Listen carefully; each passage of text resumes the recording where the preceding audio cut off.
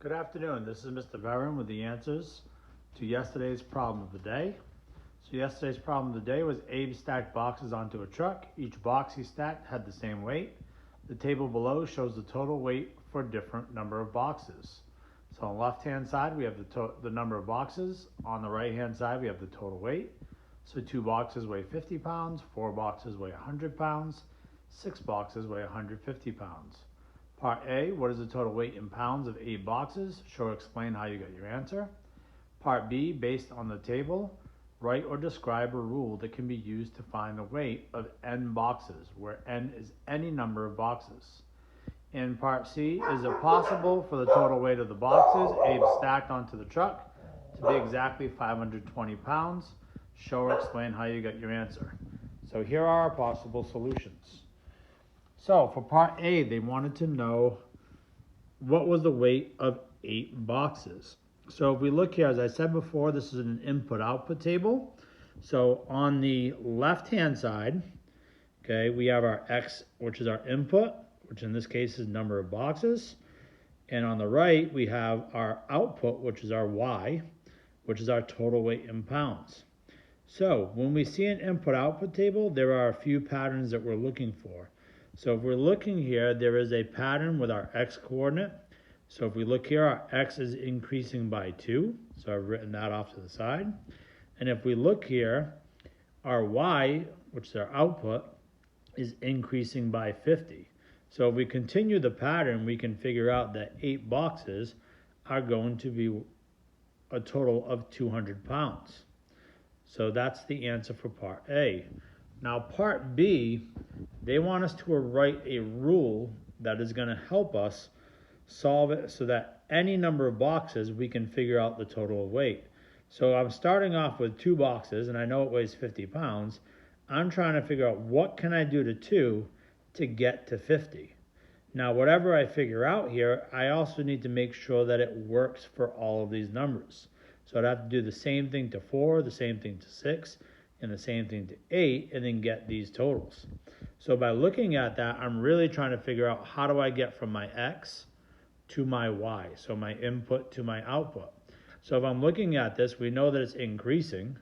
So I know pretty much for the most part, since I'm working with whole numbers here, I'm going to either do some sort of addition or multiplication. So if you look at this, most of you I'm sure can figure out, especially this second one, what would you do for to get to 100? Well, we would multiply by 25. So I've got to make sure that it works for all of them. So 2 times 25 does equal 50. 4 times 25 does equal 100. 6 times 25 does equal 150. And 8 times 25 does equal 200. So if I'm going to write a rule for this, I would write this as an equation. So whatever the number of boxes, so that's the n, I'm going to take the number of boxes, I'm going to multiply it by 25, and I use t in this case, which is going to equal the total in pounds. You could use a different variable, like p for pounds, but again, I can now plug in for any amount of boxes, and I know that with this rule, okay, I just have to multiply by 25 to get my total in pounds. Now, why is that helpful? Well, I don't have to keep continuing the chart to figure out totals.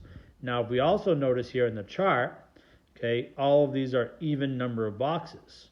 So in this case, I could even have an odd number of boxes and be able to find out what my total is for pounds. Now, part C, there's a few different ways that we can do this. So part C wanted to know that could you have 520 pounds as a total weight? So one way of doing it is we could take the 520, and in this case, since I know each box now is going to weigh 25 pounds based on my rule, if I divide it, I need to come out with basically a whole number option without a remainder. So if I look here, 25 cannot go into 5. If I have 52, I can make 2 groups of 25, which is 50. Now here's where it gets a little tricky. If I have 20, can I make a group of 25? No, so I got to put a 0 there. A lot of kids forget the 0. And now that means I have 20 left over. So it does not go into it evenly. So therefore, I cannot have 520 as an option.